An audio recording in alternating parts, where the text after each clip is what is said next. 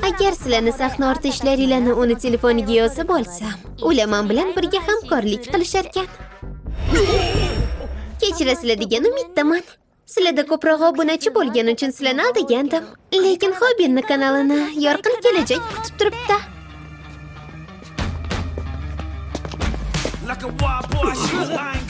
Sniper, mana. Nima desam? Hobinni telefoni endi ishonchli qo'llarda. Endi gapimni ikki quloqing bilan diqqat qilib eshitib ol, Hyunsoq. Agar meni pulni ortidan quvib shunaqangi uyushtirilgan videolar deb o'ylagan bo'lsang, chuchvarani xom sanabsan. Boplading, Rumi. Lekin kechir.